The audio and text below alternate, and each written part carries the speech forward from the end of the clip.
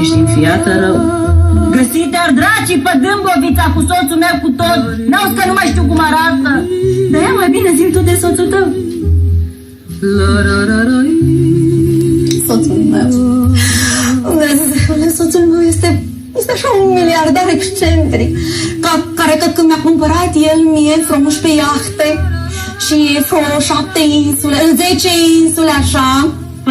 E un țăran retardat, care acum e în pușcărie. Și el, și socrul meu. Da, cred că trebuie să-i judece zilele astea, nu știu, da. Fă-i surioara mea preferată. Pentru că ești și singura. O să te ajut. Cine să vină? Liniște!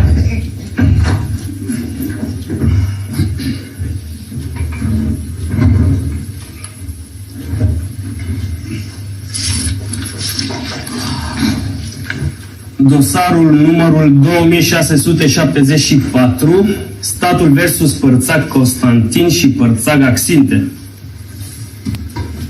Onorată instanță, cei doi inculpați au fost acuzați că au prejudiciat statul român cu 2 milioane de euro prin înșelăciune.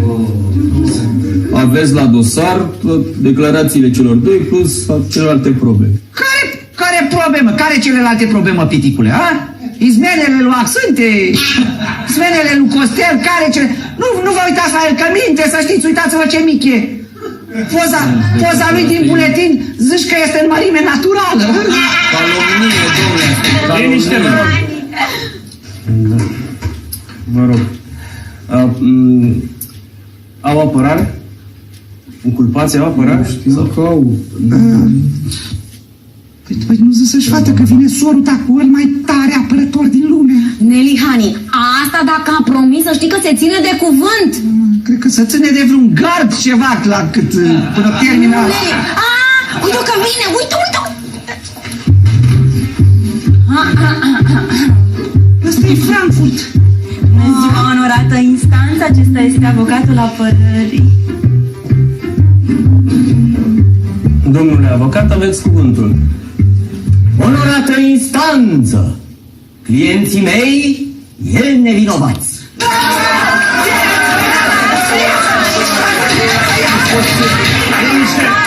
Eu atât am avut de spus. La revedere!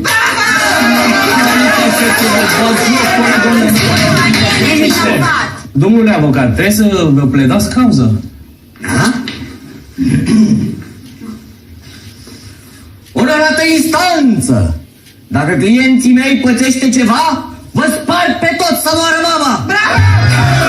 Vă sparg pe toți să moară mama!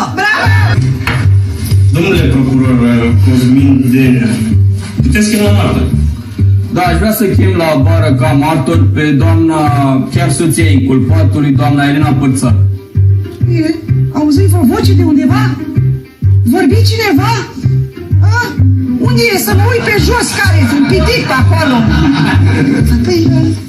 Fata asta e nenorocitura de Cosmin care m-a regat de un gard în cismigiu și a scris pe spatele meu cu marker curvă. Ce la marker? Ăsta e ăla care m-a lăsat la recepție la Hilton, de m-a dus până acolo cu mașina de gunoi, de se întrebau ăia de ce am salată de băuf în cap și pește mort în buzunar. Hani, de atât de mișto la Hilton, ăia au numai băuturi scumpă, pentru că, vezi tu, eu, de alea ieftine, nu-mi permit. Și ca să-ți explic, fată, Ăsta l-a băgat pe bărbatul meu în pușcărie, ești nebună? Hei, ratatule, ce faci aici? Liniște, vă rog. Poftiți la bară, vă. Auzi râs? Doamna Părțac! Nu că... Și nu că... Fă, mișcă-te, auzi, poftiți, tată.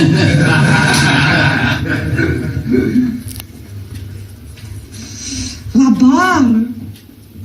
Dar unde e bara? Că eu pot să fac un ștritis acum. Liniște. Domnule procuror, martora va aparține. O singură întrebare am pentru dânsa. Doamna Părțag, de unde avea soțul dumneavoastră bani? Ce? Care bani? Care bani? De unde bani? Uitați-vă la el! Că păduche l-am luat acum 20 de ani, păduche și acum care bani? Ziceți lume, are ăsta bani? Are bani! Liniște. Păi de ce liniște? Lasă-mă, ziceți!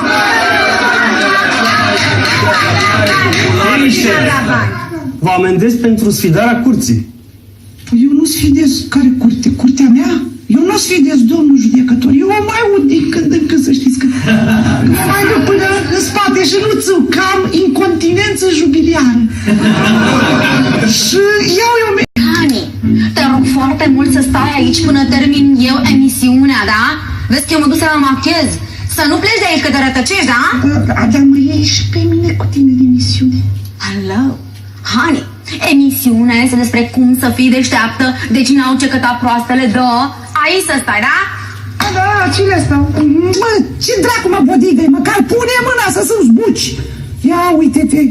Cine sunteți dumneavoastră, domnul? Cine sunt eu, dragă?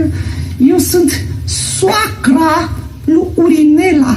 Doamna vedetă Urinela. Aceasta este emisiunea doamnei Urinela. Știu, dragă, Urinela este plecată să-și Unde? facă unghiile. Cum unde să-și facă unghiile? La mâini, la picioare? Unde? În centru? Nu, în cap. Poate fi- În centru. Sfaturile mele. Nelly, Hani, nu te enerva cu nervii, dar te rog foarte mult să părăsești platou emisiunii. Hai. Fată, să-i să mă primești pe mine, că tu singura cât ai audiența. Ai 0 audiență. Cu mine, amândouă în echipă, dublăm audiența. 0 ori 2, cel puțin. De 3 ori triplăm audiența. Și eu ce n-ai vrea să le spun la oameni? Că cine ești tu, a? Soacră mea tâmpită de la țară? Merge și așa că o să spuiesc ecranul cu sânge după. Zălești tu. Sunt o expertă în ale cerebelului. Am studiat neuroretajul la Harvard. Zic că sunt cineva să zică Iulie Albu. Zic că sunt Iulie Albu. Aduceți-mi și mie o găină moartă să-mi pui în cap. Aduceți-mi și mie o găină moartă să-mi pui în cap. Bă, un câine, un leș, ceva, o...